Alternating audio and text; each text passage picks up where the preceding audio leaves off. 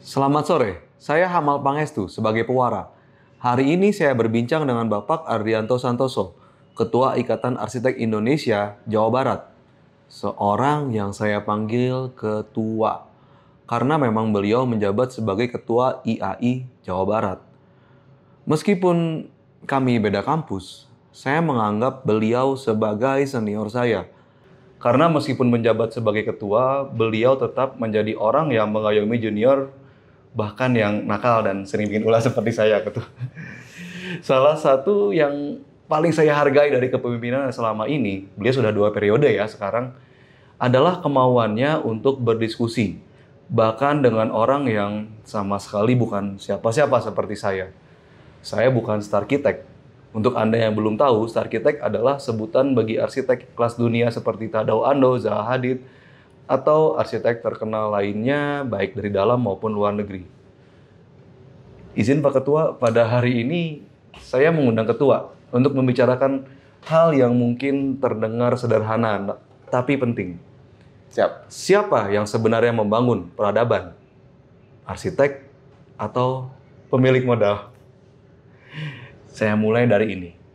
Berhubung kita dalam IAI Jabar ya. Pak Ketua, mungkin saya ngebahas pada khususnya Jawa Barat dan Bandung. Baik. Seperti yang kita tahu selama ini, Bandung adalah kota yang cenderung semerawut. Ya. Dan ini bukan hanya pendapat saya juga kerap muncul di berita-berita seperti Antara atau Ayo Bandung, hingga Detik, dan Kompasiana saya lihat, hingga komentar-komentar orang di media sosial. Sebetulnya, menurut Ketua, apakah wajah Bandung yang semerawut ini lebih disebabkan oleh arsitek yang gagal menjaga idealisme, atau pemilik modal yang hanya peduli pada keuntungan jangka pendek? Ya, ini pertanyaan belum apa-apa udah susah ya. Ya justru itulah kenapa kali ini saya butuh orang sekali berketua gitu. Ya, tapi saya mungkin bicara ini dalam kapasitas pemahaman saya ya. Maksudnya kita melihat kalau kesemerawutan ya. Kita bicara tentang kesemerawutan Bandung, itu pasti tidak akan lepas dari aktor-aktor inisiator pembangunan. Pembangunan mungkin kita bisa simplifikasi. Sebenarnya ada pentahelix ya, ada masyarakat yang mungkin ini berpengaruh terhadap aktor pembangunan, tapi kalau kita misalnya bicara tadi Mas Sama menyampaikan apakah arsiteknya yang kurang punya kepekaan begitu ya, atau misalnya pemilik modal yang sangat ignoran ataupun ya mungkin mereka hanya berpikir capital interest aja begitu ya. Nah, satu lagi sebetulnya kalau saya menambahkan dalam aspek bagaimana Bandung itu diinisiasi dalam konteks pembangunannya, ada faktor pemangku kebijakan, ada pemerintah ya, begitu ya. Nah, jadi sebetulnya kalau kita kan bicara data aja ya, data bahwa Bandung sebenarnya lebih macet daripada Jakarta, ya. Kemudian lebih ramai, apalagi kalau misalnya weekend gitu ya, kita sebagai masyarakat Bandung kadang-kadang juga kesulitan untuk bisa beraktivitas ya, begitu ya. Nah, kalau kita lihat dulunya, Bandung itu diciptakan memang sebagai sebuah kota emang untuk vakansi ya, jadi liburan ya. Masyarakat Belanda pada saat itu mereka bekerja banyaknya di perkebunan, di radio dan juga di pabrik obat-obatan ya. Terus kemudian datang ke Bandung, datang ke Bandung, ke Asia Afrika, Braga dan sekitarnya, begitu mereka untuk bervakansi, ada hotel, ada kafe dan lain-lain. Jadi seolah-olah itu seperti mengingatkan mereka terhadap kota-kota mereka di Belanda, namun dalam suasana India ya, Indies ya makanya. Dutch Indies. Jadi sebetulnya memang Bandung sebagai kota destinasi wisata itu dari dulu memang diciptakan seperti itu. Nah, tapi sebetulnya kesininya kelihatannya penambahan jumlah populasi yang sampai 100 kali lipat ya sebetulnya. Jadi iya, benar sekali Ketua. Mempengaruhi terhadap daya dukungnya gitu. Nah, kalau saya pikir apakah tadi ada 3 penyebab itu ya, saya pikir ya semuanya juga ya gitu ya. Teman-teman arsitek mungkin juga awareness terhadap ya saya tidak bilang semuanya enggak ya, tapi kalau kita lihat artinya kepentingan pasar itu masih lebih didahulukan begitu ya.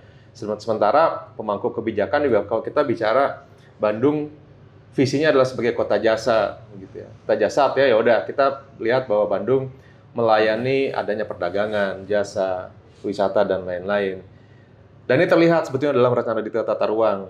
Ada perubahan ya, beberapa rumah bertransformasi menjadi komersial, retail komersial, kantor bahkan kantor begitu ya, yang awalnya mungkin kapasitasnya itu tidak terlalu tinggi, terus kemudian menjadi banyak orang yang berkunjung ke situ. Nah, dan kelihatannya di dalam rencana detail tuh banyak perubahan, transformasi itu bahkan dituangkan dalam rencana detail ya, awalnya mungkin kuning jadi merah seperti itu. Nah, perubahan-perubahan itu sebetulnya menurut saya jadi menggiring bagaimana Bandung itu terlihat seperti semrawut. Nah, kalau bicara tentang kesemrawutan, memang banyak faktor ya. Kalau kita melihat cara orang bergerak, kan gini, populasi Bandung dengan populasi Singapura juga sebetulnya kan sama-sama tinggi begitu ya. Tapi bagaimana cara orang bergerak di Hong Kong atau di Singapura sebenarnya masih bisa di-manage dengan adanya alternatif pergerakan orang. Nah, kita kan enggak ya. Trotoar aja nggak ada. Nah, trotoar nggak ada, terus pilihan pergerakan dari rumah ke tempat destinasi itu pasti pakai kendaraan pribadi. Nah, jadi sebetulnya mobil dan motor. Betul, ruangnya itu jadinya terlihat seperti kurang, seperti jadinya berdesak-desakan.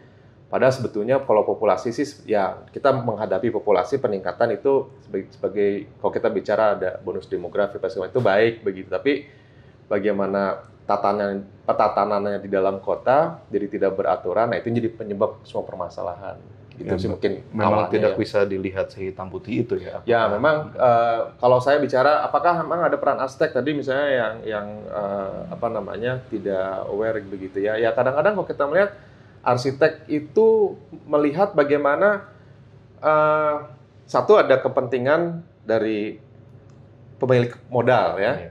Pemilik modal punya kepentingan, biasanya mereka bicaranya ya space aja ya, secara kapital ini saya harus bisa jualan seperti ini. Karena mereka sebenarnya kan profesinya adalah berjualan ya, berdagang ruang begitu ya. Nah, arsitek dan kreativitasnya menciptakan itu sebagai sebuah karya arsitektur. Kalau misalnya kita bicara seperti di Riau begitu ya, di Jalan Riau itu banyak kok ada hotel yang tinggi-tinggi padahal sebenarnya dia masuknya kategori rumah villa non villa begitu ya. Karena regulasinya memperbolehkan itu begitu ya. Itu boleh dikembangkan menjadi hotel di area belakangnya. Nah, persoalannya adalah arsitek ini kan kalau tadi dikatakan Mas Amal ada yang namanya star architect ya. Artinya seseorang itu kita tuh profesi yang lahir dari sebuah imajinasi. Nah, masing-masing orang tuh punya imajinasinya sendiri-sendiri. Nah, bahayanya kalau imajinasinya sendiri-sendiri itu berbeda begitu ya. Ada yang mungkin dia bisa memahami konteksnya sehingga rancangannya tetap masih bisa selaras dengan kondisi existing. Tapi ada misalnya yang belum aware, makanya kalau misalnya kita percaya bahwa setiap arsitek dan juga ada keahlian yang lebih spesifiknya. Seperti misalnya merancang kawasan cagar budaya, itu ada sertifikasinya, ada pengalamannya. Oh, nah itu baru tahu. Nah, kemudian ada yang merancang bangunan gedung hijau, begitu itu ada lagi. Jadi sebetulnya memang ada pendalaman-pendalamannya lagi begitu nantinya. Gitu. Makanya kalau merancang kawasan cagar budaya, sebagai contoh ya, ini sebagai case study kita di persyaratan RT RW. Untuk perizinan ya, pemberian rekomendasi dari pemerintah itu seseorang yang jadi lead arsiteknya dia harus punya pengalaman minimal 2 project ya, sidang 2 project objeknya cagar budaya. Jadi ya ini mungkin bahasanya seseorang yang belum pernah punya pengalaman di situ itu bukan pengalaman sidang ya, kalau tidak salah berpengalaman di dalam project cagar budaya. Nah jadi sebetulnya kalau misalnya saya masih junior yang sidang itu prinsipal saya misalnya, nah saya itu udah dianggap saya punya pengalaman di proyek cagar budaya. Itu kalau misalnya tidak salah nanti tolong dikoreksi. Jadi sebetulnya artinya ada kualifikasi tertentu sehingga proyek arsitektur yang khas atau misalnya memiliki tingkat kompleksitasnya lebih tinggi, itu ada jenjangnya memang seperti itu. Baik Mbak Tuana. Ini untuk yang tadi ada sertifikasi untuk arsitek yang di cagar budaya maupun yang di bangunan hijau. Saya bangunan hijau pernah dengar sih Pak, tapi yang cagar budaya iya. Oh itu baru ya Pak Ketua? Sudah lama sebetulnya. Yang mengeluarkan itu dari Kementerian Kebudayaan ya kalau tidak salah. Jadi memang itu karena gini, kalau nggak salah ini sebenarnya bukan sertifikasi kompetensi, tapi sertifikat keahlian ya kalau tidak salah ya. Jadi nanti ada keluarannya di sebagai ahli pemugaran, asisten ahli pemugaran, dan selain pemugaran itu kalau nggak salah ada ahli untuk penentuan zonasi. Ya, zonasi itu contohnya misalnya, oh ini saya tetapkan sebagai zonasi cagar budaya. Ya, kalau ini sebenarnya udah banyak perubahannya, jadi mungkin tidak terlalu, nilai pentingnya sudah banyak yang hilang, tidak dijadikan sebagai objek cagar budaya. Itu yang saya ketahui ya. Tapi kalau pemugaran, dia memugar begitu ya. Sama seperti gedung ini sebetulnya kita coba pugar ya, dari yang awalnya memang terbengkalai, lama tidak dihuni, terus kemudian kita pugar dengan ada golongan-golongan tertentu.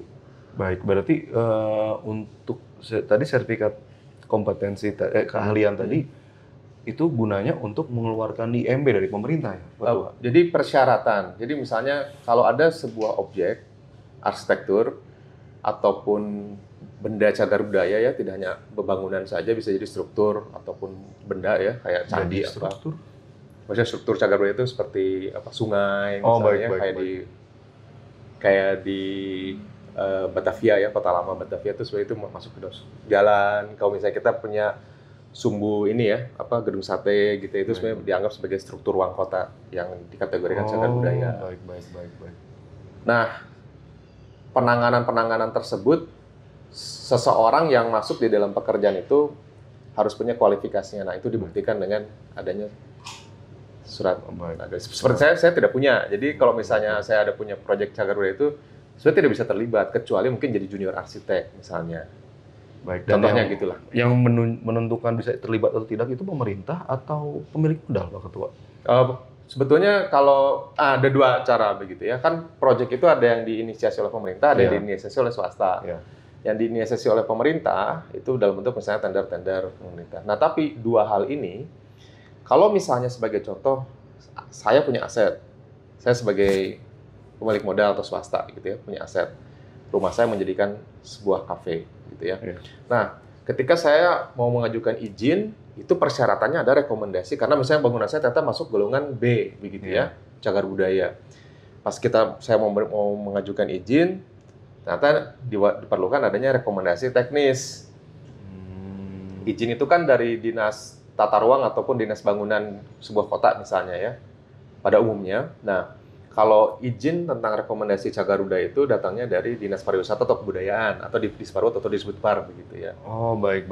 Untuk Jawa Barat, maksudnya misalnya pada kalau kita di Bandung berarti Jawa Barat atau kota Bandung? Di Bandung juga ada. Oke, baik. Di kota Bandung juga ada, di provinsi ada, di kota Bandung ada. Tapi biasanya ini di kota Bandung. Nah, ada sidangnya gitu ya, sama. Baik, sidang. Walaupun dari proyek swasta ataupun dari proyek pemerintah, sebetulnya itu ketika ingin mengeluarkan sebuah PBG atau persetujuan bangunan gedung atau dulunya IMB, itu ada dimintakan rekomendasi teknis khusus untuk bangunan dengan kekhasan khusus. Apalagi yang kompleksitasnya misalnya dia golongan A gitu ya, itu pasti ada ini. Jadi sebetulnya yang menentukan siapa ya, baik swasta ataupun pemerintah. Kalau pemerintah kan nanti pemilihannya itu di dalam tender misalnya ya. Persyaratan tenaga ahli tim leadernya tenaga ahli arsitektur, dia persyaratan ini memiliki surat sertifikat keahlian ahli, bukan asisten misalnya gitu ya. Itu jadi persyaratan. Kalau misalnya tidak punya itu berarti dia tidak bisa terlibat situ. Nah, dan ini dilindungi undang-undang, Pak Ketua. Baik. Ya, undang-undang Perda. Kalau kementerian bukan Perda kalau ya, kalau misalnya untuk ini ya saya lupa detailnya, tapi undang-undang cagar budaya itu kalau tidak salah memang ada juga gitu ya. Baik. Nanti juklaknya memang diatur nanti di dalam Perda masing-masing. Baik.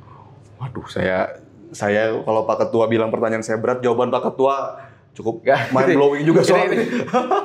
Ini yang saya ketahui ya. Jadi bisa jadi kalau ada yang keliru mau koreksi. Nggak apa-apa Pak Ketua. Ini karena beberapa hal yang saya temui di Kota Bandung ada yang saya lihat, saya kaget sih kalau Pak Ketua lewat Trunojoyo ada bangunan tua yang baru diubah. Ngapain itu? Mungkin Pak Ketua tahu. Trunojoyo ya? Iya. Tadinya itu bangunan Belanda. Dan saya nggak tahu sih dia termasuk cagar budaya A, B atau C, saya tidak tahu. Namun tadinya saya kira hanya dipugar. Ternyata diubah. Ya, perubahan misalnya seperti hal seperti itu memang kerap terjadi ya. Terakhir juga kita lihat di Blok M itu ada salah satu bangunan Jakarta maksudnya. Di Jakarta yang cukup ikonik ya. Kalau tidak salah itu pernah masuk ke dalam sebuah film Titik Puspa itu apa? Tiga Darah, kok tidak salah ya. Yang 3 darah? Kalau nggak salah ada satu bangunan di pojokan gitu ya. Terus waktu itu kebetulan saya lewat dan tiba-tiba jadi ada apa namanya bopelang, terus kemudian ini ya apa namanya sedang dirobohkan, jadi pembangunan baru. Dan ternyata kemarin juga cukup banyak dibahas di beberapa ini grup komunikasi kita ya gitu ya. Itu hilang. Mungkin saya melihatnya begini, ada hal-hal yang mungkin satu pasti pengawasan di lapangan itu kita kurang ekstra. Soalnya gini, kenapa? IAI Jabar itu sering melakukan banyak bukan pengawasan, tapi anggota-anggota kita sering melaporkan.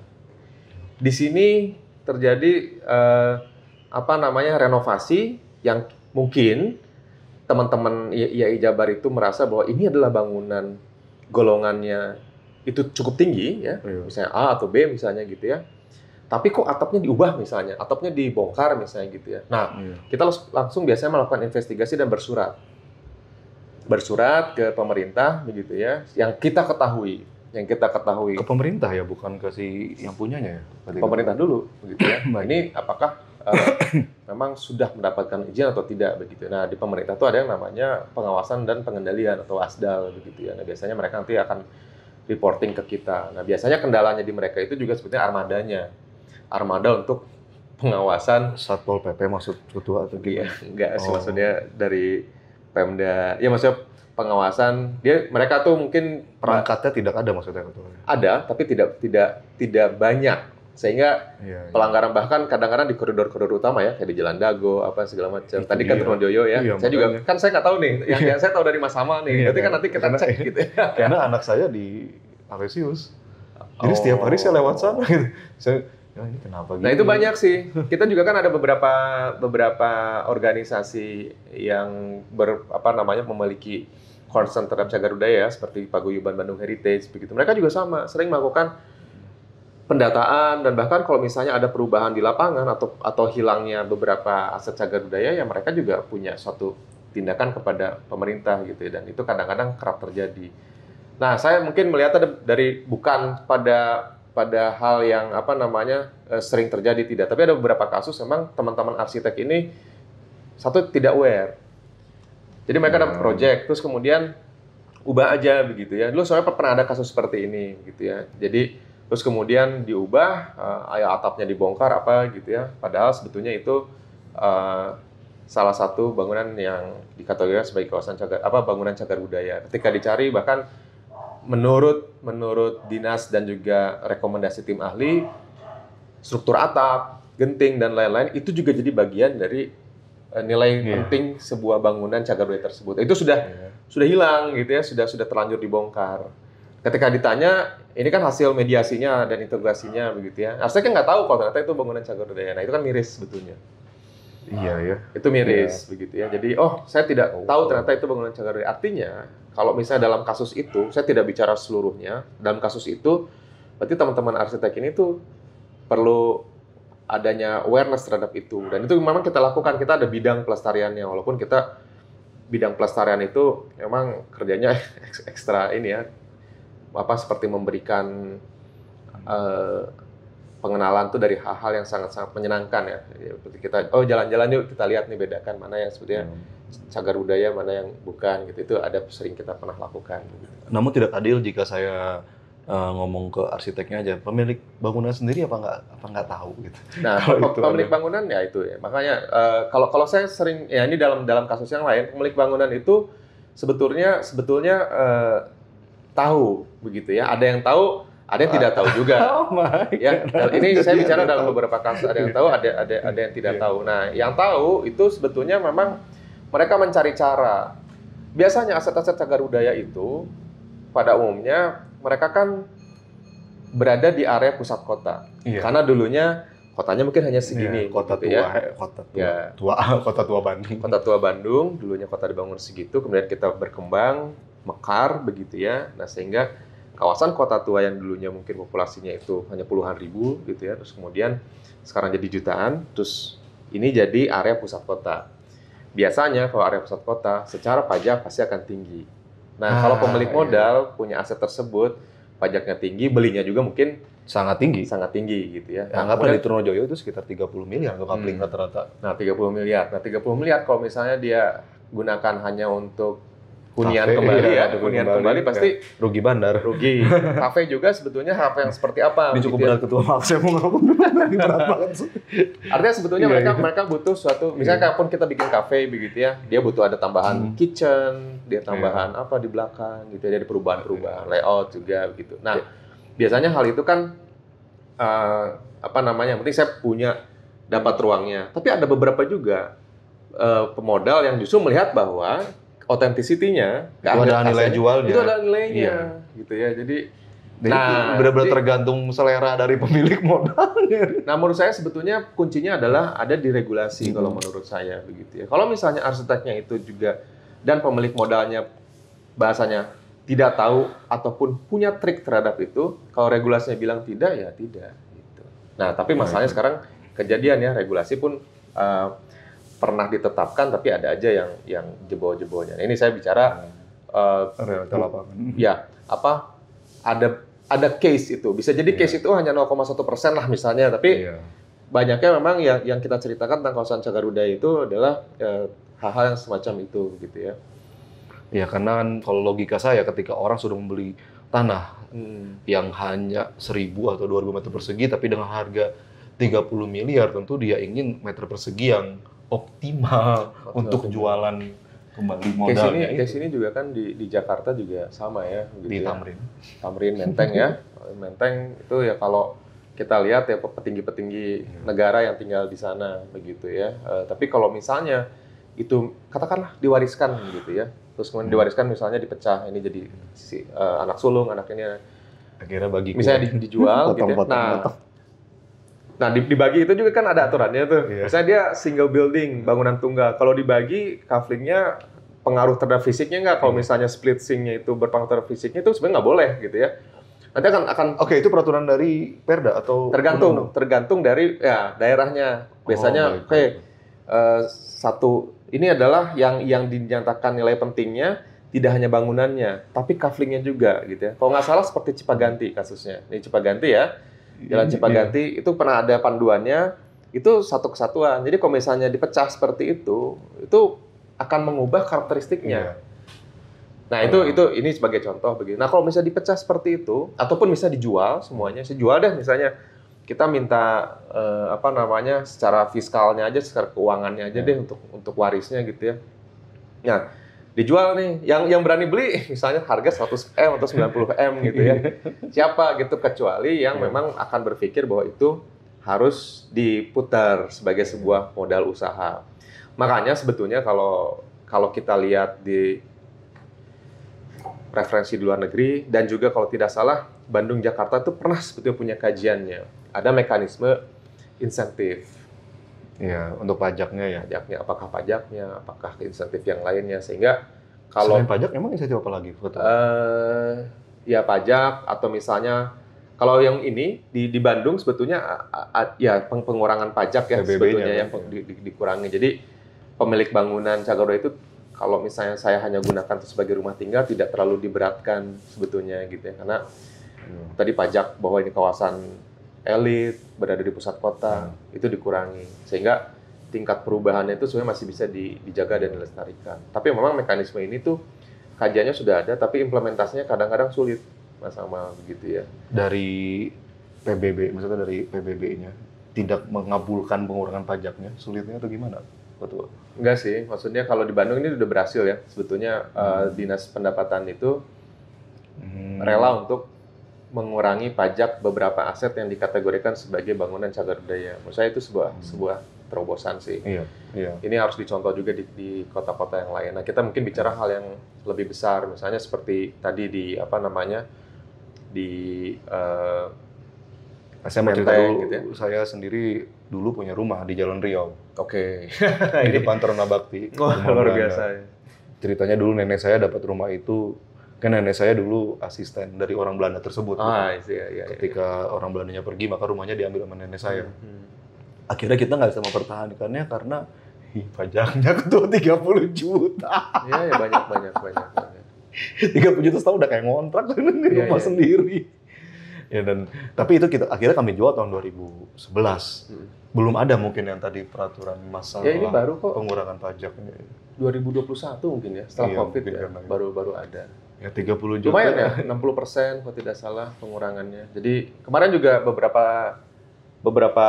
kami karena beberapa pemilik aset di sini minta minta caranya gimana sih, kita kasih tahu gitu. Ini ada form yang harus diisi, terus kemudian ya lumayan begitu ya, sehingga mereka tidak harus berpikir bahwa tadi memang saya juga punya teman di Supratman ya, Jalan Supratman itu juga sama 20-an. Ya Supratman Riau ya segitu-gitu. Kalau misalnya untuk rumah tinggal ya jelas berat ya. Jadi kalau misalnya pun dilepas, pasti seseorang yang mengakuisisi lahan itu pengennya dia harus sadar betul begitu bahwa aset tersebut tuh sangat mahal.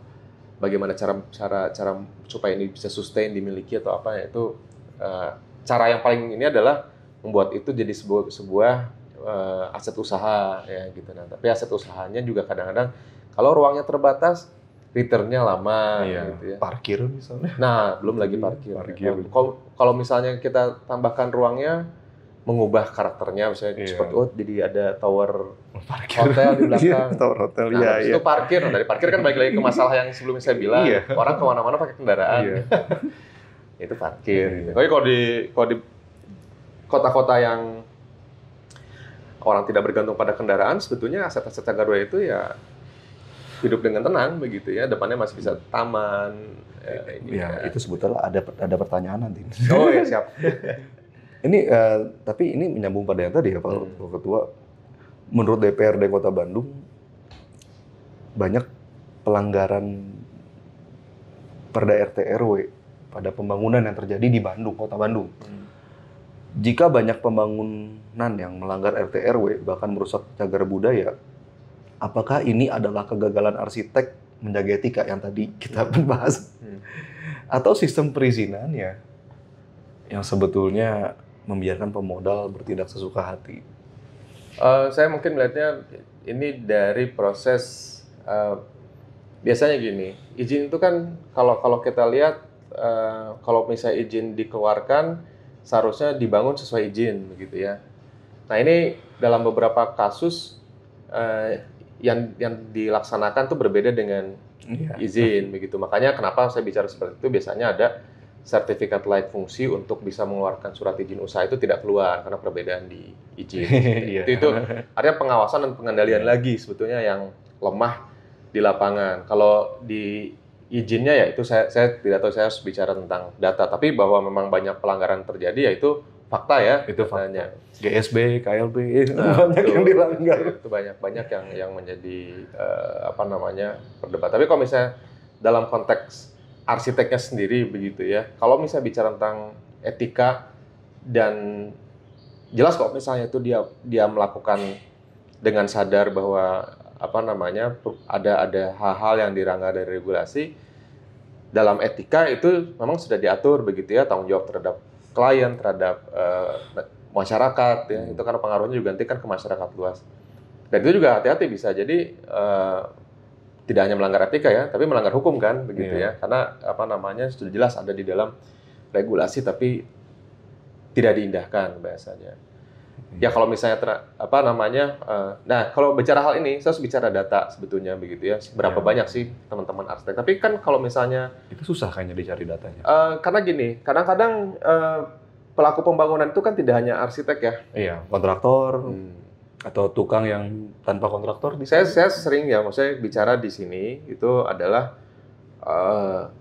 seseorang yang mencari arsitek yang berpengalaman di dalam 1 atau 2 proyek yang tingkat kompleksitasnya tinggi misalnya gitu ya.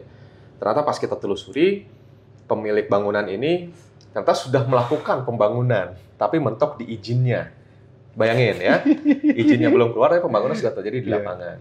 Itu susah, itu kasus yang rumit. Gimana mengembalikannya? Ya, misalnya apa yang udah dibangun atau dirancang, misalnya tidak sesuai dengan nanti rekomendasi teknis yang dikeluarkan kalau dalam proses izin yang sebenarnya ya, tidak keluar, gimana? Berarti harus dikembalikan dong apa yang udah diubah di situ gitu ya. Nah makanya sebetulnya cara cara membangun ini masyarakat juga kayaknya harus pemilik modal terutama begitu ya. Kalau misalnya dia juga ingin save secara investasi begitu ya, jangan sampai nanti dia udah keluar, tapi bangunannya tidak bisa digunakan untuk usaha ataupun ditempati misalnya karena izinnya tidak keluar untuk usahanya. Dan malah disegel. Malah disegel misalnya itu banyak ya begitu ya. Nah jadi kadang-kadang datang terus kemudian kita tanya lah ini udah ada bangunannya waktu itu siapa yang merancang? Kita telusuri ternyata bukan arsitek. Nah susah juga ya kalau udah kayak gitu. Ya mungkin Itu banyak isu juga. Mungkin bagi pendengar yang belum tahu, banyak bangunan di Bandung ini yang dibangun tanpa arsitek dan itu dari zaman dulu kala. Dari zaman mungkin 70-an, 80-an, 90-an. Atau mungkin ya biasanya ngambil template gitu ya tua. Memang dulu kalau sebelum ada undang-undang tentang arsitek ya 2017 orang itu setiap orang itu bisa berpraktek sebagai arsitek ya dengan memiliki surat kompetensi arsitek. Tapi setelah ada undang-undang itu sudah ada alurnya. Jadi sekarang itu arsitek itu jadi profesi yang regulated lah bahasanya gitu. Jadi ada gelarnya gitu. Nah, tidak semua orang tuh bisa menjadi lead arsitek atau menamakan dirinya seorang arsitek. Nah, tapi dulu gitu ya, bayangkan gitu ya, kalau kita kan sekarang baru punya undang-undang 2017 gitu. Sedangkan negara-negara tetangga kita tuh dari tahun 50, tahun 70, tahun 90 itu udah punya undang-undang konstitusi gitu. Jadi sebetulnya sudah diatur. Nah, kita baru 2017. Makanya sampai saat ini kita masih terus bertransformasi. Nah, betul memang bahwa dalam proses pembangunan sebelum itu yang berpraktek dan juga banyak berpraktek itu tidak hanya lulusan arsitektur atau lulusan arsitektur yang memiliki pengalaman di biro arsitek begitu jadi pengalamannya begitu ya. Jadi bahkan tadi ya dari konstruksi, kontraktor, bahkan kalau misalnya di daerah-daerah begitu ya, tukang pun sebetulnya dipercaya ya untuk membangun. Tapi nggak cuma di daerah ketua, di kota juga. Ya banyak. Ini realita. Tapi saya tidak menafikan bahwa sebetulnya seperti Undagi ya di Bali, mereka juga punya walaupun alur pendidikannya mungkin itu berbeda gitu ya, tapi mereka punya teknik punya kode etik yang betul, yang itu tidak bisa dilanggar. Sudah ada referensinya ya, buku ininya sudah kitabnya sudah dibuat begitu ya. Seperti di Kampung Naga di Tasikmalaya begitu ya. Sebetulnya itu kan masyarakat yang membentuk komunitas kampungnya dan lingkungan binaannya ya, tata bangunnya itu mereka bangun dan banyak ilmu sebetulnya yang bisa kita dapat dari situ juga. Gitu. Nah tapi banyak juga kasus, kita kemarin juga melihat bagaimana bencana di Cianjur ya, gempa. Kita melakukan hadir di sana untuk melakukan beberapa proses bantuan lah begitu ya. Dan ternyata dilihat secara pandangan mata kita begitu ya, kita melihat memang banyaknya kegagalan konstruksi bangunan sebetulnya gitu. Untuk bangunan tradisional ini? Enggak, bangunan yang rumah tinggal yang masjid. Dibuat ya begitu. Tadi sebetulnya ya kembali lagi ya bahwa sebetulnya mungkin kompetensi itu jadi sangat dibutuhkan begitu ketika kita membangun sebuah lingkungan binaan atau rumah tinggal, masjid itu. Banyaknya kalau kita lihat bahkan bukan di titik epicentrum utamanya, banyak bangunan yang roboh, tetap pas dilihat oh iya sih, maksudnya pemahaman struktur dan konstruksinya itu tidak sesuai kaidah-kaidah yang kita ketahui. Asal bangun dan itu sering terjadi. Yang penting kelihatan kan wujudnya berdiri aja. Iya. Gitu. Nah ini ketua lagi, saya kemarin baca artikel dari UPI. Oke. Arsitektur UPI. Kawasan Dago yang seharusnya menjadi kawasan hijau kini justru dipenuhi perumahan mewah yang menggunakan label Green Architecture. Apakah ini benar-benar green architecture atau adalah greenwashing dari developer? Atau memang sebetulnya hanya kelemahan pengawasan kota? Di mana harusnya kawasan Dago ini adalah resapan air Dago atas? Ya, kawasan Bandung Utara ya, KBU ya, itu sebenarnya pernah ada regulasi dan itu tingkatnya tingkat provinsi. Kalau tingkat provinsi itu artinya kawasan kota-kota yang berada pada kawasan Bandung Utara itu Kota Bandung, Kabupaten Bandung Barat kalau tidak salah, gitu ya. Itu punya wewenang untuk sama-sama mengendalikan pembangunan di kawasan Bandung Utara. Nah, saya tidak tahu ya, apakah aturan tentang kawasan Bandung Utara itu masih dijadikan sebagai acuan regulasi atau tidak, begitu. Tapi fakta yang kita lihat di lapangan kan jadinya berbeda, begitu ya. Kalau bahasa bicara tentang green architecture atau arsitektur hijau, bangunan hijau, bangunan gedung hijau itu ada prasyaratnya sebetulnya, begitu ya. Tapi kalau saya mungkin bicaranya bukan tentang bangunan green arsitekturnya, begitu. Tapi bagaimana kawasan Bandung Utara secara pembangunan apakah sustain atau tidak, begitu ya. Iya. Jadi saya kan sering juga melihat dan jalan-jalan bersepeda begitu ke kawasan. Ya, sebenarnya kalau tidak salah kawasan Bandung Utara tuh yang saya ingat gitu ya, zaman saya kuliah itu dari Boromius terus ke atas gitu. Oh, kalau tidak salah ya. Sejauh itu berarti. Dari Boromius terus ke atas. Ini ya mungkin kalau keliru tolong, tapi ini informasi yang sering saya dengar pada saat saya kuliah, apalagi daerah-daerah dagu atas. Iya.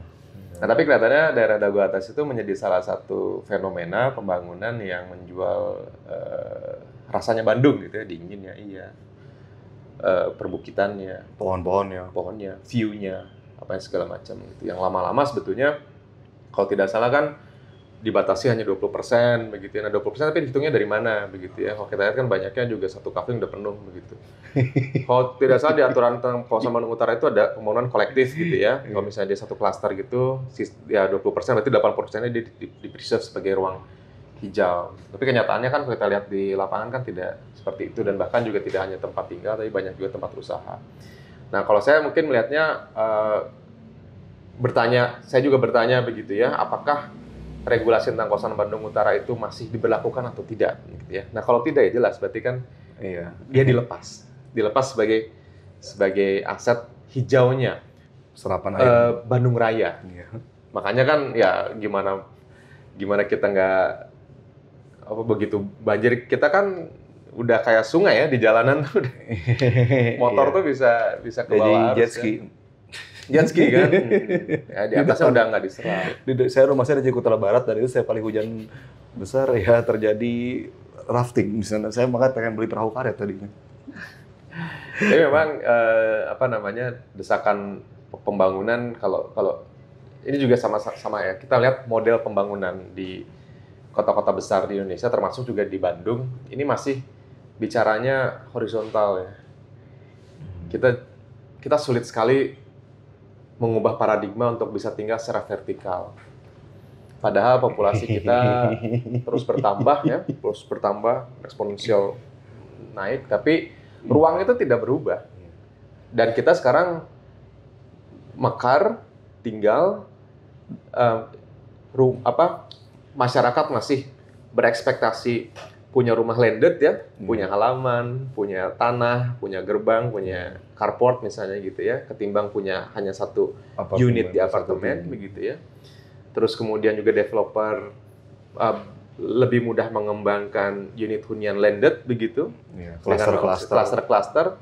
Nah, sehingga kebutuhan perumahan dengan harga yang makin tinggi di pusat kota ya merambah naik ke gunung-gunung kan jadinya ya, ke gunung-gunung, ke sawah-sawah begitu. Nah, sehingga irisan antara daerah yang dipreservasi sebagai ruang hijau itu ya akhirnya terkena imbas ya. Coba kalau kita mungkin berpikir secara smart growth begitu, pembangunan masyarakat yang besar ini kita ubah paradigmanya secara vertikal.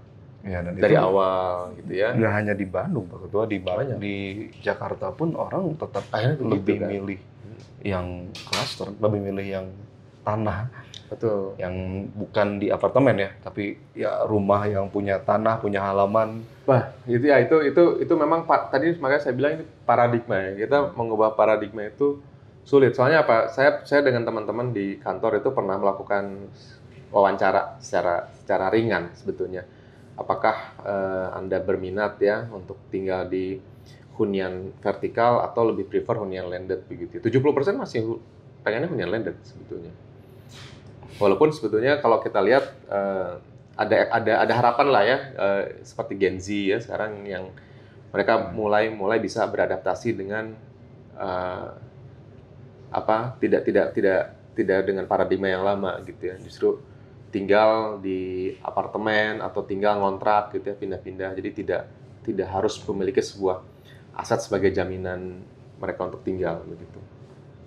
Ya, tapi di Bandung sendiri malah apartemen-apartemen malah jadi tempat prostitusi. Nah, itu fenomena yang menurut saya juga akhirnya bagaimana kita mau gini ya. Mungkin bicara ketika apartemen itu ada begitu, sekalinya kita punya apartemen, satu orang itu bisa beli 5 unit. Oh iya. Gitu ya. Iya. Jadi didahulukan untuk orang-orang pemilik modal untuk berinvestasi dulu gitu, ketimbang menyediakan huniannya. Iya. Nah, 5 unit kosong berarti disewa-sewakan apa gitu ya. Kalau disewa-sewakan ya dia jadi pada umumnya jadi akan jadi ruang kosong lagi. Iya. Apalagi misalnya ternyata digunakannya untuk hal-hal yang ilegal ya, narkoba apa segala macam, prostitusi dan lain-lain. Jadi lingkungan paradigma tinggal di lingkungan vertikal itu jadinya kembali negatif. Ya, jadi momok yang menakutkan buat masyarakat gitu ya. Nah, saya bicara seperti ini karena ya kita pernah berdiskusi ya, teman di kantor saya juga salah satu yang menyewa apartemen dan ternyata lingkungannya tidak seideal itu ya. Seideal itu. Tidak seideal di komplek ataupun di klaster. Nah, itu yang jadi apalagi misalnya berkeluarga ya, punya anak gitu. Nah, itu juga jadi pengaruh. Harusnya sih memang diutamakan dulu untuk penyediaan huniannya ketimbang dilepas sebagai sebuah bentuk investment ya, ruang. Lagi-lagi pemilik modal begitu. Betul. Nah, ini kita kan di AI Jabar. Jadi saya membahas soal Jawa Barat. Oke. Dalam hal ini adalah Bandara Kertajati. Pak Ketua. Ombudsman RI dan DPRD Jawa Barat menyebut Bandara Kertajati sebagai proyek besar yang sepi dan belum optimal, meski menyerap triliunan rupiah. Apakah ini kegagalan perencanaan arsitektural atau bukti bahwa pembangunan dikendalikan oleh modal tanpa mempertimbangkan konteks sosial? Dan kalau benar, siapa yang dimaksud pemilik modal di sini? Swasta atau pemerintah? Berhubung ini bandara ya. Dan yang saya tahu juga yang Kementerian Perhubungan harusnya. Iya. Saya kalau misalnya bicara tentang Kertajati mungkin saya tidak tahu latar belakangnya seperti apa. Tapi kita pernah melihat bahwa semua itu memang sudah ada planningnya ya. Kertajati tidak hanya bandaranya saja, tapi itu jadi suatu aerocity. Seperti contohnya di beberapa kasus pengembangan kota besar di dunia ya. Kayak Narita gitu. Narita, Paramata ya di Sydney begitu. Mereka coba memindahkan pusat-pusat kegiatannya lebih jauh daripada bandara kota yang besarnya itu untuk bisa memecah. Tapi kuncinya adalah bagaimana orang masih tetap bisa punya akses yang baik dari kota ke bandaranya begitu ya. Jadi saya pernah melihat bahwa Kertajati itu punya plan yang besar karena tidak hanya Kertajatinya, tapi itu Cirebon, Majalengka, Indramayu itu akan menjadi industrial estate ya. Makanya namanya segitiga rebana. Saya lupa ininya apa namanya, singkatannya begitu. Termasuk juga si Aerocity-nya. Nah, tapi bandara itu sebetulnya jadi salah satu trigger development untuk area Kertajati dan sekitarnya. Kalau berhasil, nanti ada klaster bisnis parknya, ada perumahannya, ada untuk perdagangan, industri Aerocity-nya ya, saya lupa. Nanti akan banyak kawasan-kawasan lain di sekitar Bandara Kertajati. Nah, pemilihannya kenapa di situ saya tidak tahu begitu ya. Sangat optimis ya, Pak Ketua. Waktu itu sepi begitu ya, karena dari ekspektasinya kan gincernya Bandung Raya dan sekitarnya yang akan jadi potensial penumpangnya begitu ya. Asumsi kita itu adalah karena aksesnya belum belum tersambung secara langsung. Jadi harus ke Cikampek dulu, Iya. kemudian ke jalan apa namanya? Harus Tol U-turn Cipali. Pak Ketua, U-turn. Cikampek yang U-turn. Nah sekarang sudah ada Cisumdawu, tapi ternyata kalau saya melihat dari berita, ternyata yang berkeberatan itu adalah maskapai ya. Iya. Nah saya tidak tahu apakah secara teknis lebih jauh gitu ya dibandingkan Cengkareng Iya. ataupun kan Semarang juga udah merevitalisasi bandaranya. Terus kemudian juga Jogja juga ya, Kulon Progo juga punya bandara. Jadi sini seperti di tengah-tengah begitu ya.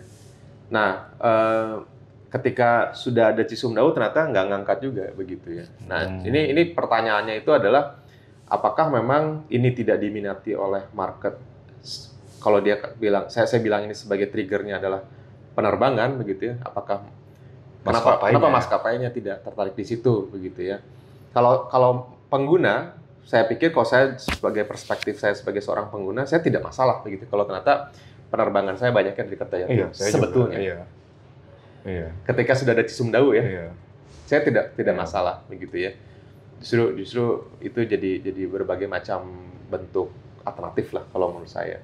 Nah tapi kalau misalnya bicara tentang di mana kekeliruannya, saya pikir mungkin harusnya pemerintah punya sebuah konsistensi terhadap apa yang udah pernah direncanakan.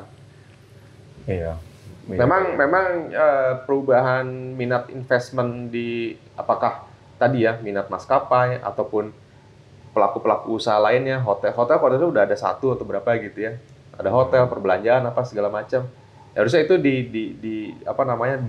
terus dijahit gitu ya secara konsisten sehingga pertumbuhan tadi kawasan Kertajati tidak hanya bandara tapi Eurocity itu sebenarnya terus berjalan begitu sesuai dengan indikasi program. Memang sih banyak ketimpuk banyak hal ya, Covid-nya iya gitu ya, terus kemudian krisisnya iya segala macam gitu. Bahkan saya dengar ada asrama haji juga ya di Dulu ya. Indramayu ya. Dan bahkan nanti sebetulnya ya nanti akan ada untuk pemberangkatan umroh dan haji itu akan disediakan kawasannya sendiri waktu itu sebenarnya di dalam planningnya itu ada di Kertajati Eurocity itu nantinya gitu ya. Bahkan kereta apinya pun akan disambungkan. Apa aja sebenarnya kalau lihat ultimate plan-nya sih harusnya untuk Bandung sendiri begitu ya. Bandung tidak harus bergantung pada bandara existing di tengah kota ya yang terbatas kapasitasnya, tapi justru kita bisa lari ke Kertajati selama tadi pencapaiannya itu mudah begitu, di sana juga fasilitasnya ada begitu.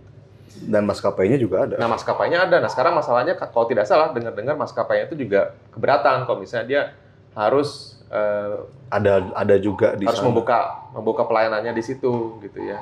Nah, saya tidak tahu itu kayaknya ada apakah teknis lebih jauh rutenya atau apa itu saya kurang tahu begitu. Atau misalnya ternyata memang karena di sana juga belum ada jejaring aktivitas ekonominya sehingga ya potensial penumpangnya jangan-jangan hitungan mereka sedikit gitu. Mungkin bisa jadi, tapi saya tidak tahu pastinya seperti apa.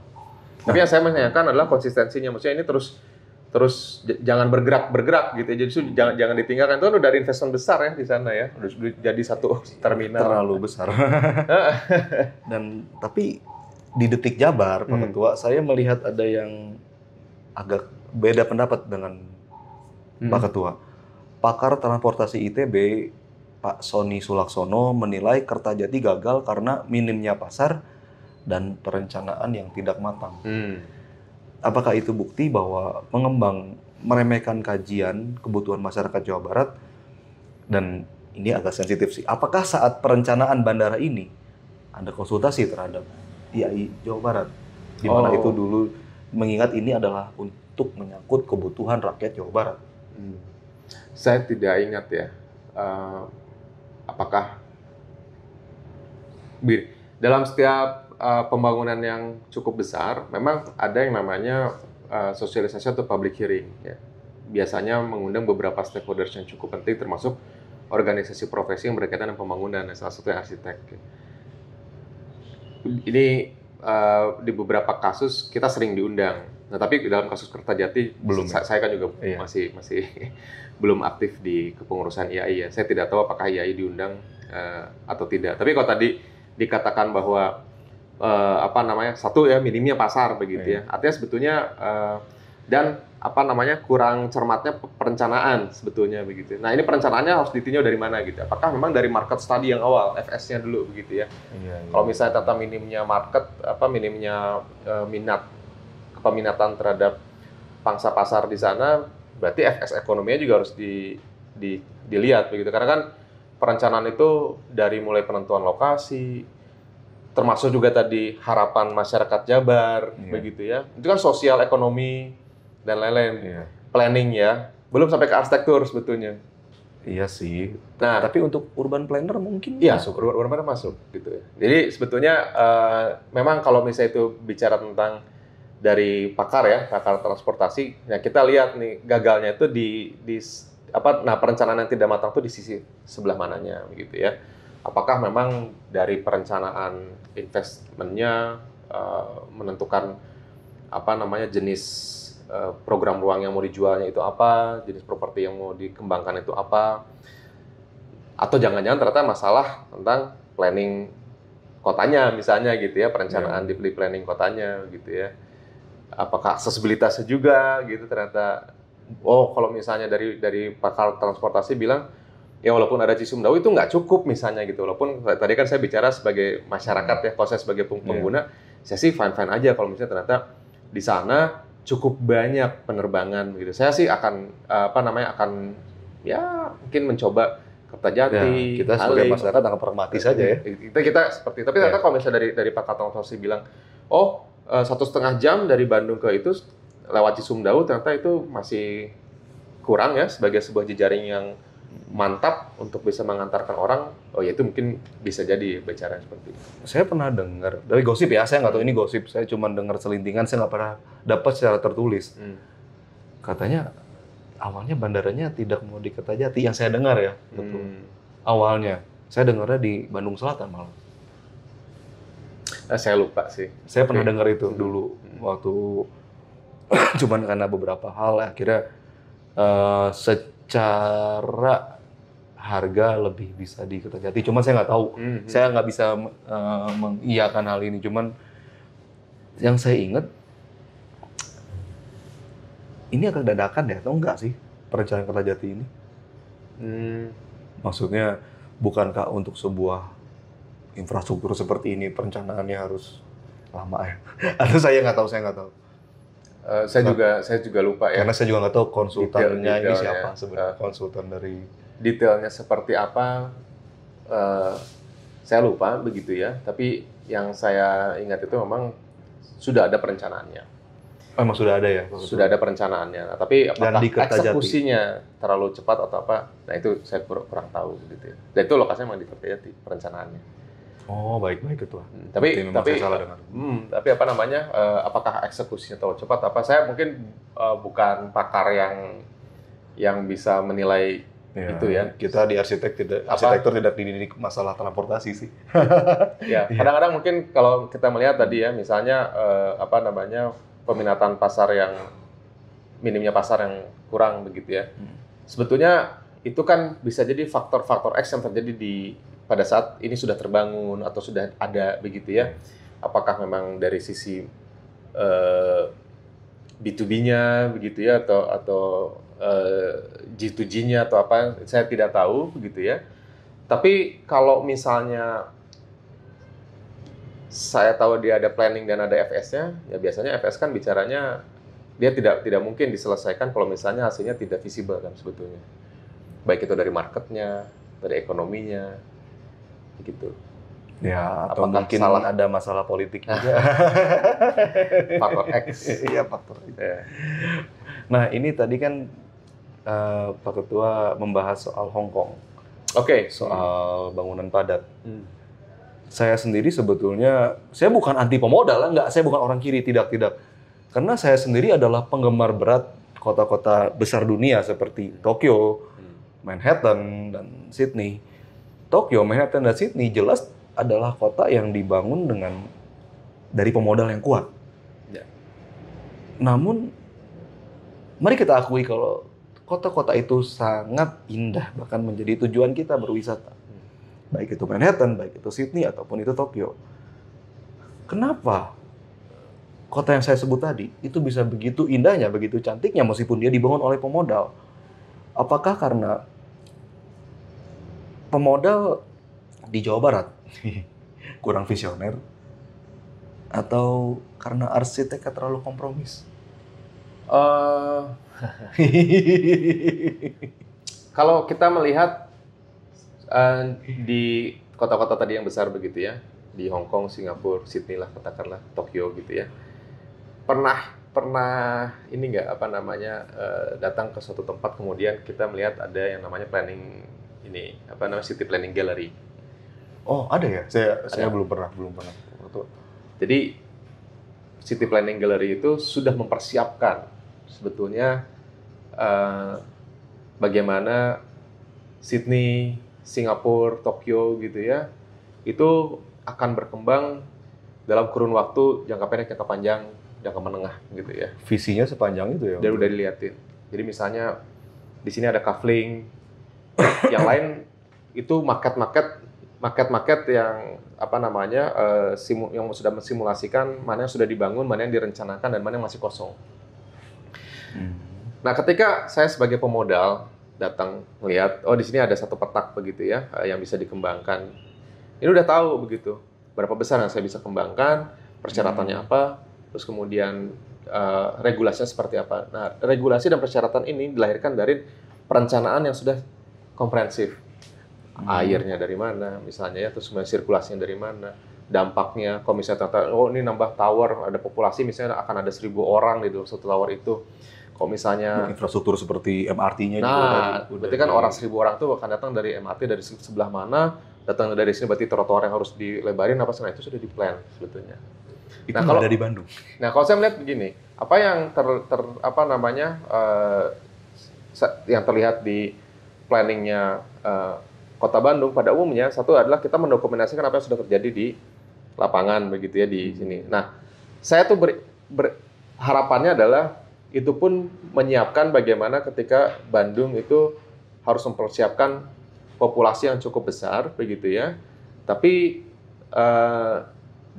ya kalau kita bicara tadi, banyaknya kita bicara ngomongin vertical development kan sebetulnya. Nah, itu dibangun secara vertikal. Saya juga bukan yang anti pembangunan tinggi itu satu hal yang negatif, tidak begitu ya. Setiap kawasan itu pasti punya carrying capacity-nya, daya tampung dan daya dukungnya gitu ya.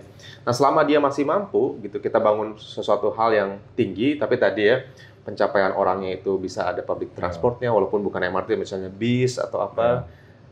Nah, sehingga pembangunan vertikal itu justru bisa membuat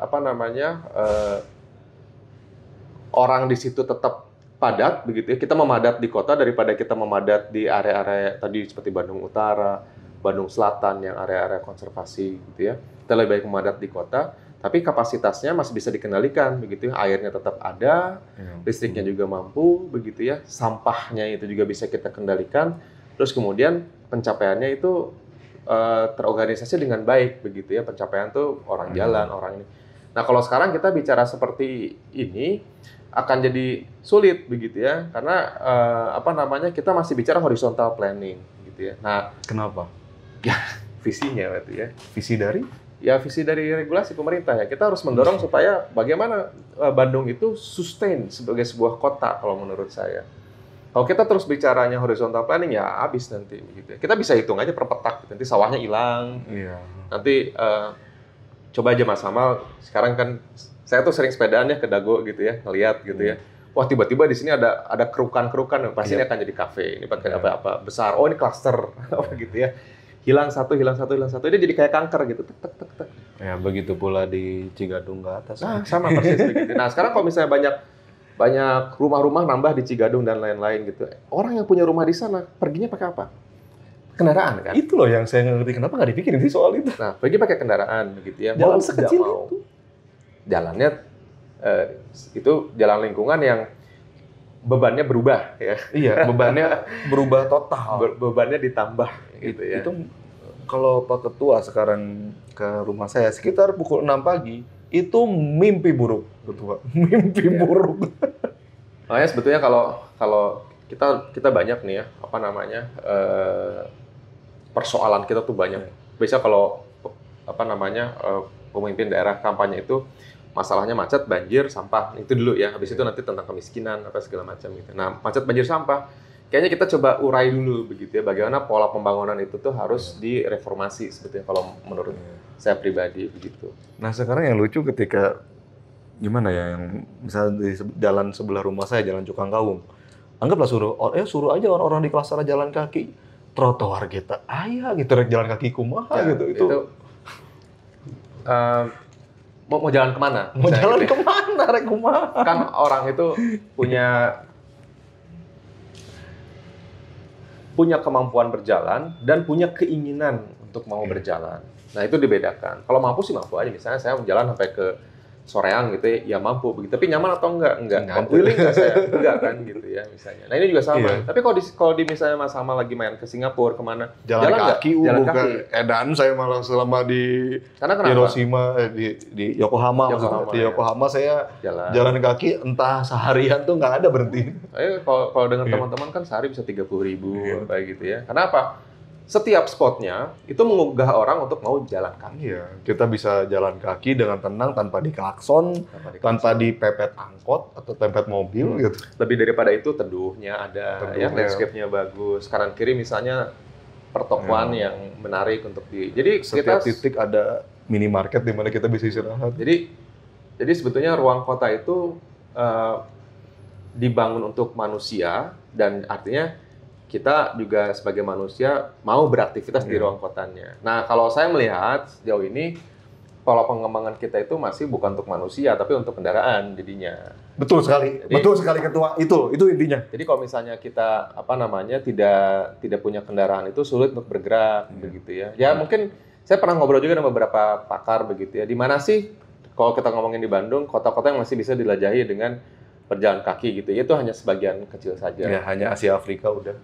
Nah, memang bukan hanya trotoar yang ada gitu ya, tapi trotoar itu space-nya cukup nggak gitu ya, levelingnya nyaman atau tidak. Leveling gitu Pak. Leveling tiba-tiba trotoar lalu ada masuk ke gedung, turunnya 40 cm kumaha. Ketebalan itu juga kansinya tinggi. Jadi sebetulnya ruangnya ada, tapi orang mau nggak berjalan? Saya nggak willing, mikirnya tadi capek kan naik turun. Untuk beberapa pejalan kaki yang sudah mulai masuk usia rentan di lutut ya, naik 40-30 cm itu menyiksa. Apalagi berkali-kali. Ya, belum lagi misalnya saya bawa stroller, misalnya bawa bayi, bawa koper gitu ya, nggak bisa ini ya. Itu hal-hal yang tidak disadari begitu. Tapi kenapa sih kalau saya tidak menyalahkan bahwa orang Indonesia tuh tidak suka jalan, bukan tidak suka jalan, cuman tidak dibiasakan untuk jalan begitu ya. Jadi kita ngelihat kalau misalnya di Jepang atau di Singapura pace orang Indonesia yang mungkin bukan tinggal di sana itu pasti akan berbeda gitu. Nah, kita berorientasi, kita mulai menikmati suasana dan memang pace kita belum dilatih untuk bisa bergerak secara cepat karena di kota kita banyak pakai kendaraan gitu ya. Nah, kenapa kita tidak mau ya? Kita ilustrasikan aja. Kalau kita di Bandung kita jalan nggak, kalau di luar negeri kenapa kita bisa jalan sampai 30.000 langkah misalnya gitu ya. Bahkan nggak capek-capek. Tapi luar negeri di mana juga gitu ya. Kalau misalnya kita lihat di beberapa kota yang kondisi sama seperti kita. Kalau ke Mumbai mah sama aja. Kita juga kan tidak mau. Makanya sebetulnya ada faktor sebuah kota itu mengajak masyarakat untuk berjalan, untuk beraktivitas luar nggak gitu ya. Termasuk juga tidak hanya trotoarnya, tapi tamannya gitu ya. Kalau taman di kita kan oke, ini ada taman bagus begitu ya. Datang pakai mobil, parkir, ke bis lagi. Karena nggak mungkin kita ke tamannya tanpa menggunakan itu, kecuali orang tinggal di kota ya. Iya, Misalnya Mas Sama masih tinggal di Jalan Riau pada saat itu. Nah, gitu Nah, itu berarti kan masih bisa ya. Itu jalan ke Separua. Itu pun tidak senyaman. Tidak senyaman di Asia Afrika. Betul. Apalagi sekarang memang beberapa ruang pejalan kaki kita kadang diokupasi ya sama sama pengendara parkir. Parkir di sana. Dan saya pun susah kita menyalahkan orang parkir di sana karena orang jadi harus menggunakan mobil, diwajibkan menggunakan mobil pribadi gitu. Ya itu. Karena kita tidak mau kan kita dana ke arah infrastruktur tidak pernah ada untuk mass transportation. Makanya saya lihat kenapa tadi saya bilang kenapa kota kita seperti dibangun untuk kendaraan begitu ya. Karena memang yang terjadi memang seperti itu. Kalau misalnya ada planning itu investasinya adalah kepada jalan ya, bukan pada public transport. Harusnya public transportnya didorong begitu ya. Terus kemudian kemudahan orang untuk bisa memiliki kendaraan bermotor itu sangat-sangat mudah. Parkir kita sangat-sangat murah, pajak kita juga murah sekali begitu ya. Jadi kita memang dimanjakan. Bukan dimanjakan sih, didorong. Ya, didorong ke arah sana. bahasanya jadinya ya kita harus satu rumah mungkin setiap anggota keluarga punya kendaraan gitu ya. Sedangkan kalau di luar negeri kita lihat parkir itu sangat-sangat mahal, apalagi di titik-titik pusat kota begitu. Jadi orang itu dibuat tidak nyaman untuk memiliki sebuah kendaraan. Kendaraan itu jadi sebuah luxury aja begitu ya. Kalau misalnya saya memang punya uang berlebih ya saya bisa punya kendaraan. Tapi sehari-hari misalnya saya pernah ketemu dengan seorang prinsipal biro arsitek di Jepang begitu ya. Dan saya tanya, ternyata rumah dia cukup jauh gitu ya dari tempat dia bekerja. Naik keretanya 45 menit. Komuternya 50 menit. Komuter 50 menit. Makanya yang sering terjadi kalau misalnya menuju weekend dia ketinggalan kereta terakhir kemudian stay di pusat kota sampai subuh itu sering terjadi. Karena taksi itu sangat-sangat mahal begitu ya. Nah, 40 menit kalau misalnya kita hitung jaraknya itu mungkin dari sini sampai ke Cicalengka atau misalnya sampai ke Padalarang ya. Itu kurang lebih rumah mereka misalnya di pusat kerjanya di Tokyo, dia di Yokohama, di Chiba apa segala macam ya seperti itu. Cukup jauh begitu ya. Tapi itu dia seorang prinsipal biro arsitek. Artinya dia mau menjadi seorang orang urban, orang kota gitu. Berdesak-desakan dia mau, berjalan dia mau, begitu ya. Jadi dan itu nggak mungkin di Bandung betul? Bisa aja. Sebetulnya kalau kita punya perencanaan yang matang, sebenarnya kita kan punya jalur kereta begitu ya. Kalau misalnya beberapa jalur kereta kita hanya membelah Bandung dari timur ke barat. Iya, nanti di dalamnya belum ya. Di dalamnya jejaring pergerakan transportasi harusnya. Sementara ekonomi berpusatnya di Bandung, bagian utara dari rel, dan cukup jauh. Ya. Dan kita melihat gini, memang harusnya kita punya semangat untuk terus memperbanyak public transport ya. Tidak harus muluk-muluk seperti MRT, karena mungkin Bandung juga belum tentu cocok ya. Betul.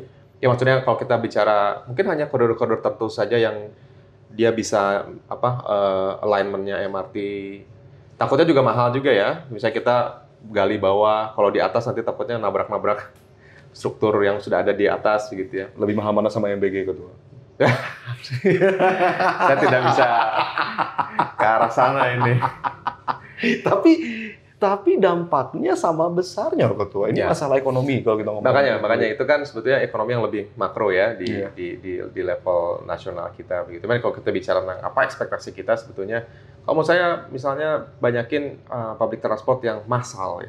Mungkin bis ya. Bisnya juga jangan Transjakarta jangan BRT seperti Transjakarta gitu. Bisa aja. Dulu kita kan punya Bandung bis kota gitu ya, Damri Nah, itu dibanyakin. Rutenya tram kok ketua. Ya, rutenya juga diperbanyak begitu. Jadi misalnya kalau saya dari Buah Batu begitu ya mau ke Dago, rutenya ada gitu ya. Walaupun saya misalnya harus berpindah 2 kali bis itu tidak masalah. Itu kan hal yang kita lakukan dulu ya sebelum harga kendaraan itu jadi sangat-sangat bisa affordable ya untuk masyarakat. Dan kita dulu naik angkot gitu ya.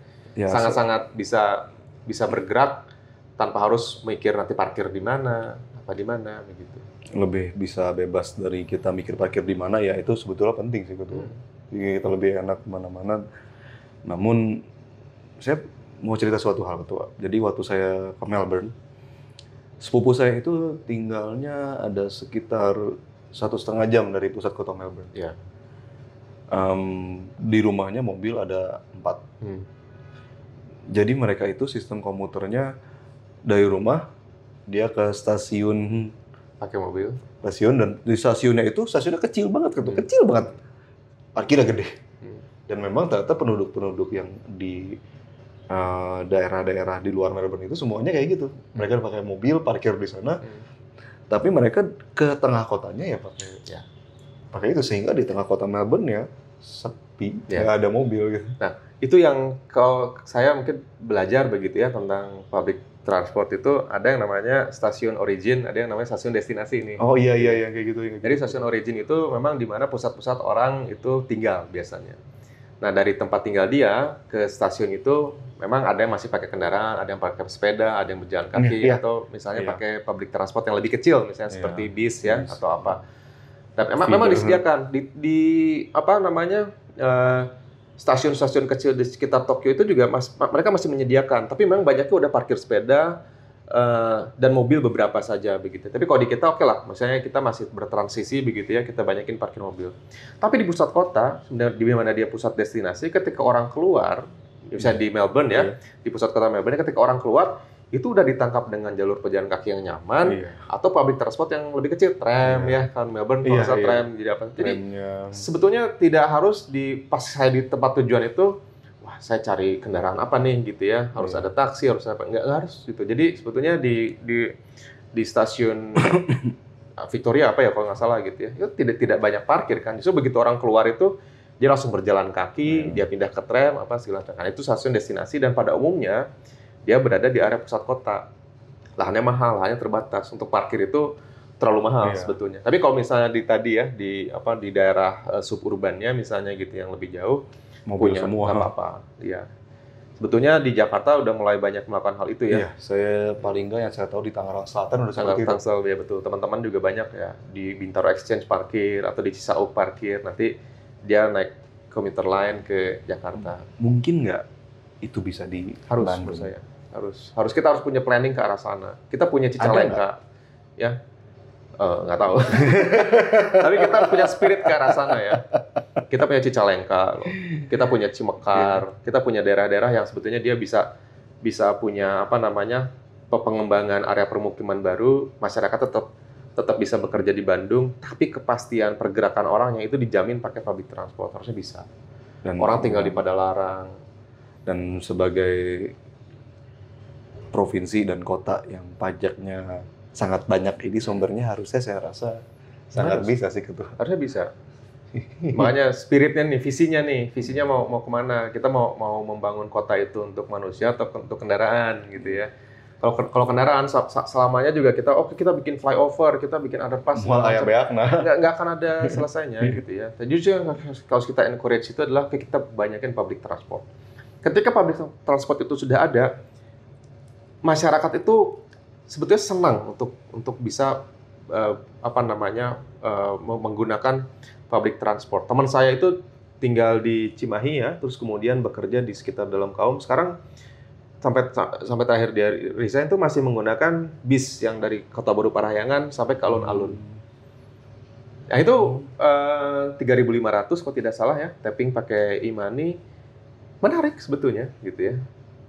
Itu sebetulnya sebuah kebebasan ya jadinya. Ya, jadi kemerdekaan, nggak usah mikirin mobil, nggak usah mikirin bayar pajak mobil, maintenance mobil. Dan buat masyarakat begitu ya, sebetulnya kalau kita di dalam kendaraan naik motor atau naik mobil begitu ya, banyak waktu yang terbuang ketika kita ada di jalan. Kita di public transport apa gitu, kita masih bisa melakukan sesuatu. Apakah kita meeting, kita baca buku, cari ilmu gitu ya, kita melakukan sesuatu. Jadi kita lihat Jakarta misalnya kemacetan dari kalau misalnya saya tinggal di Tangsel atau di daerah Bekasi misalnya bisa 2 jam sekali pergi, berarti 4 jam habis di jalan. 4 jam kita bisa melakukan apa Mas Amal? Bisa bikin banyak episode ini ya.